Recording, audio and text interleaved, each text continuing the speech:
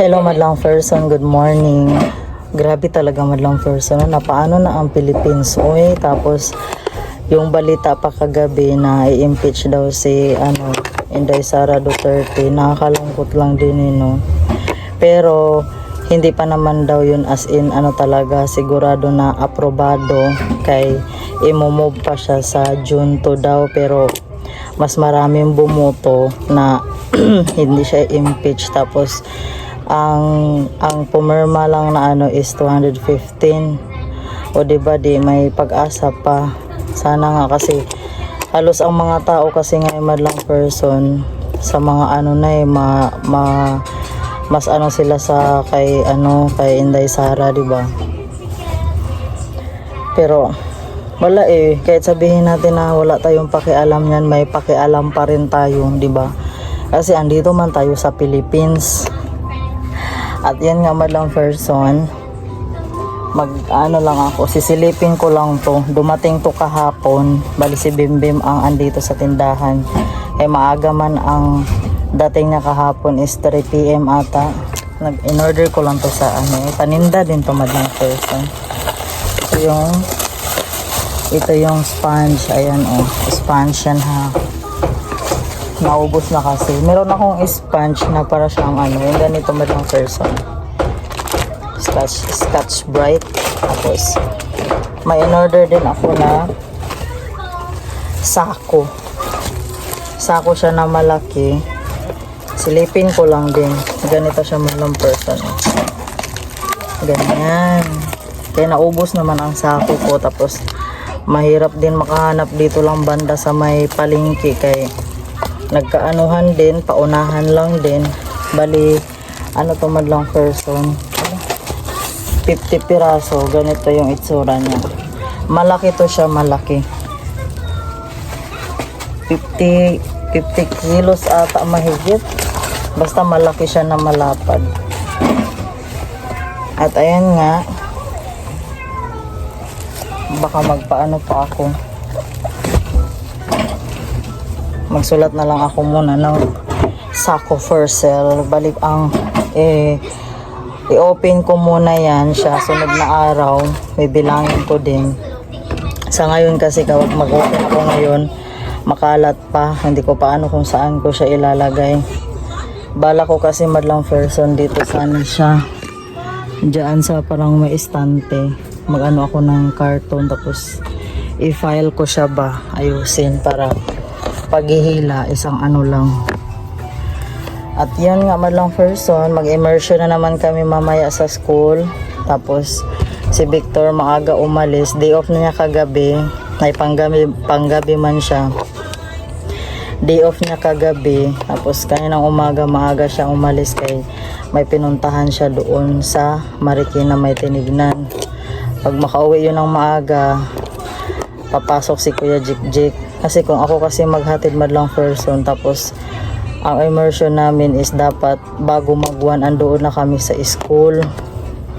Kailangan ko rin kasi talagang umatin madlang person dahil next week kasi madlang person, pang umaga na si Victor. Tapos baka hindi ako maka-attend niyan. Pero alam naman ni ma'am na basta pag may oras kami na pwede attend kami, 'di ba? At yun nga madlang person, nalulungkot lang ako. Tapos nawala pa yung idol ko nung childhood ako, si Sanchay. Tapos ang daming nangyayari sa Pilipinas, hindi mo na maintindihan kung safe ka pa ba. Tapos minsan takot ka nang lumabas, takot ka nang magpasyal-pasyal kahit nga maaga, lalo na mga nangunguha ng bata, 'di ba? Ang hirap.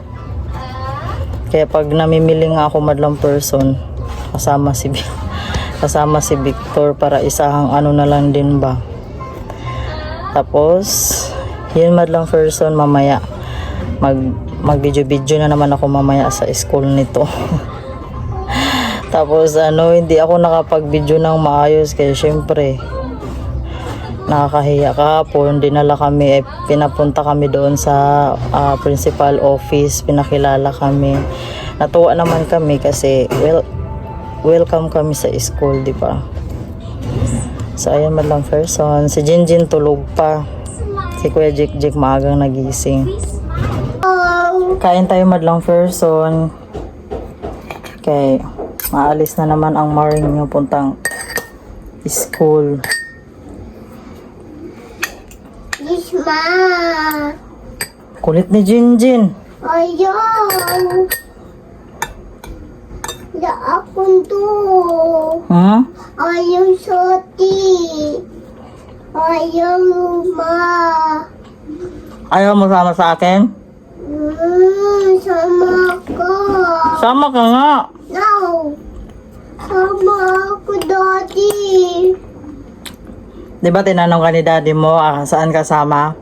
Papa. Oh, dapat sumabay ka. Sama ako. Punta ka na dun. Sama ako. Sama ako, ma. Ayaw sama. Ayaw sama teacher. Nakauwi na si Victor madlang person, tapos inano niya si Kuya Jik, pinapasok namin kay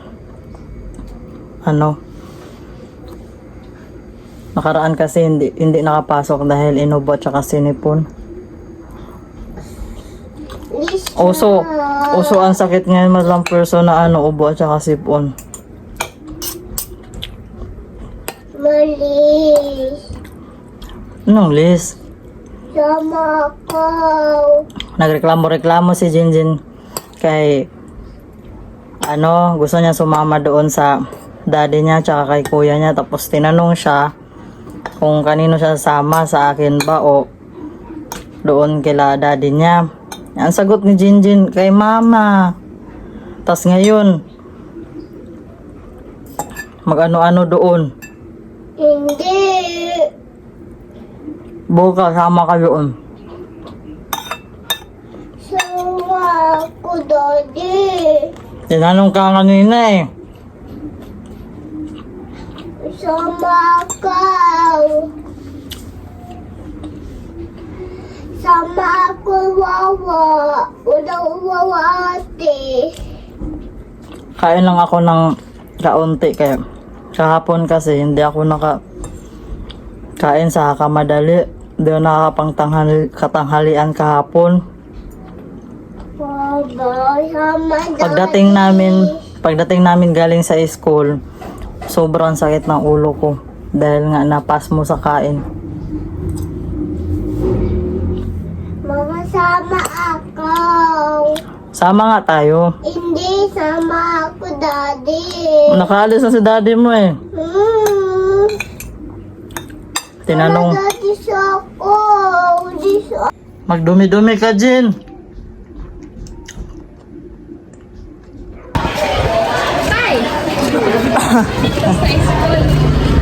Punta na naman kami ng school, guys.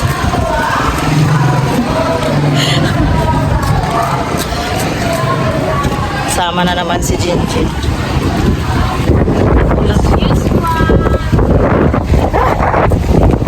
Hangin eh.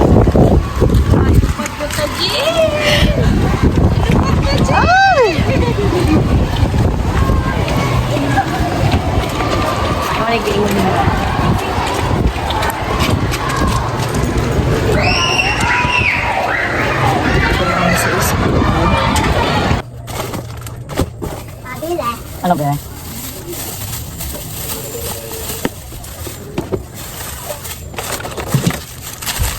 Ano sa'yo tayo?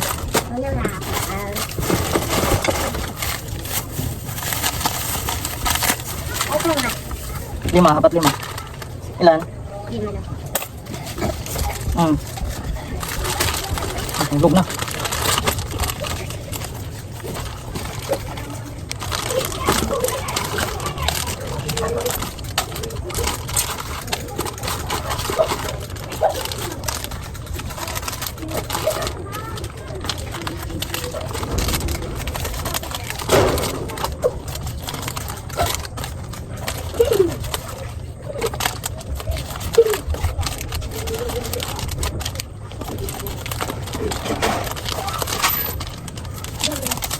Ha?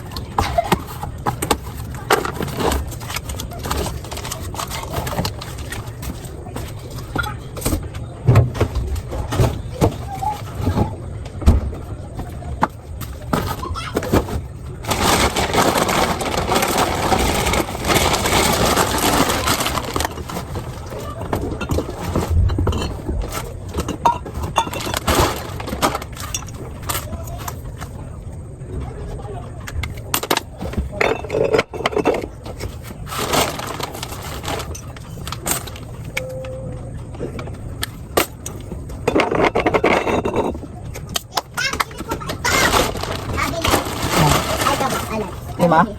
Lima? Gabi. Ah. Nahulog.